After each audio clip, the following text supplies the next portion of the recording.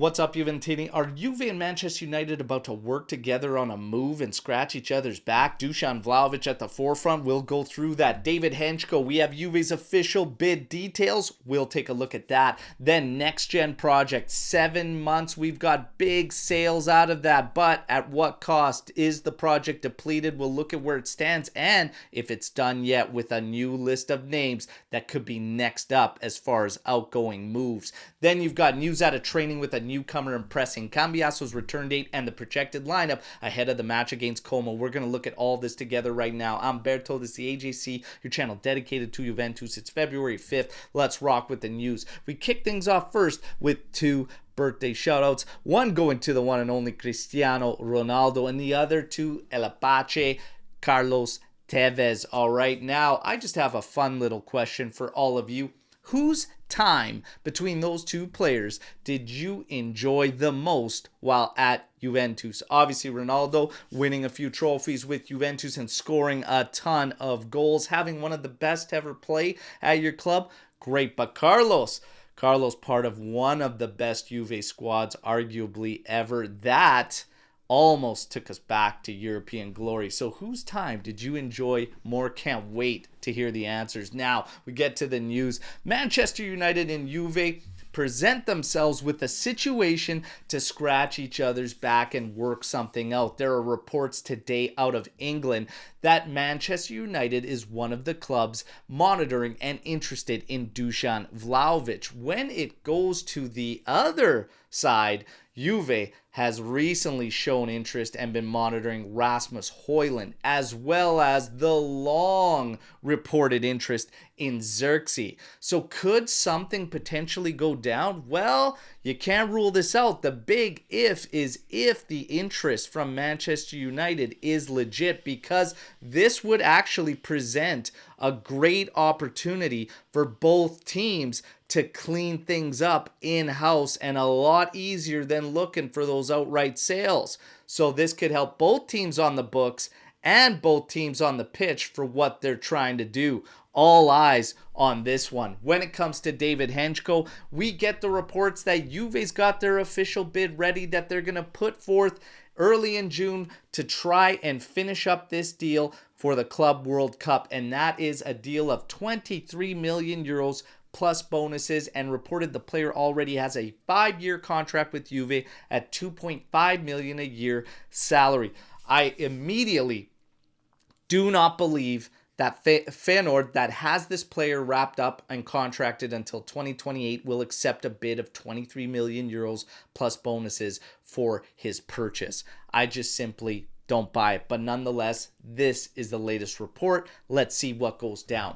When it comes to NextGen, all right, so over the past 7 months, we get the number of sales that Juve has brought in, and that is 100 million euros, and that is practically all capital. Capital is huge because you top that onto your revenue, and that is how you chew away at your debt or deficit, which we are still at negative 200 million euros, everybody. Now, while I brought something up in the news yesterday about something to watch out for, be cautious for in regards to Kenan Yildiz, I was accused of creating panic amongst the fan base. Hey, if some choose to shoot the messenger, go for it, because lo and behold, today in the news again, you are hearing that it's not over because we know the deficit. Their financials are published. Any of you can go out and look at it. We are minus 200 million euros after taxes. So the work isn't done. That's why a Cambiaso deal with a lot of profit is on the table.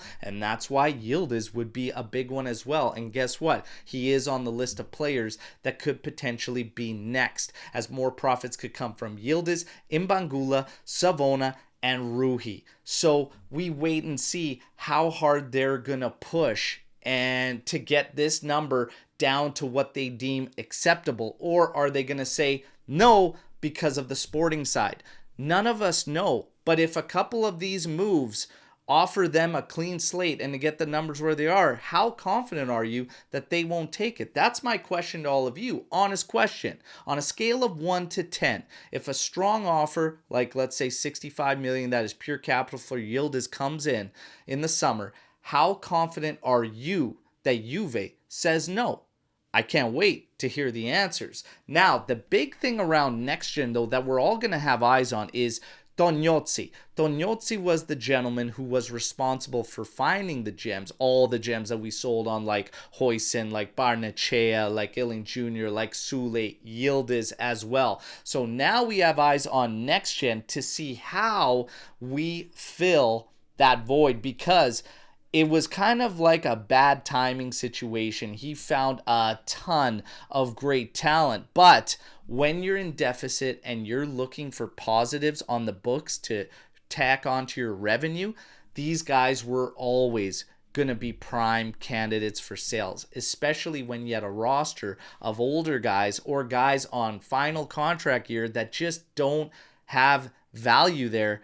It was always heading down this route. It shouldn't be like this forever, but right as of now, they were always prime candidates. So the eyes are going to be on the replacement for Tognozzi and how he does now with Giuntoli at scouting all these young guys. I currently have inquiries out there to see who we should have eyes on at NextGen right now. When we get to training, Lloyd Kelly trained with the group today. Cambiaso still apart. His return date is set to be Inter. That is where he has his sights set as far as returning to Juventus. But another story out of training, Alberto Costa apparently impressed heavily yesterday and was a protagonist in the five-a-side matchup, and a lot of fans were rumbling about that display. Let's see if he can get some minutes. But your projected lineup for Como does not include Alberto Costa. Your projected lineup is as follows: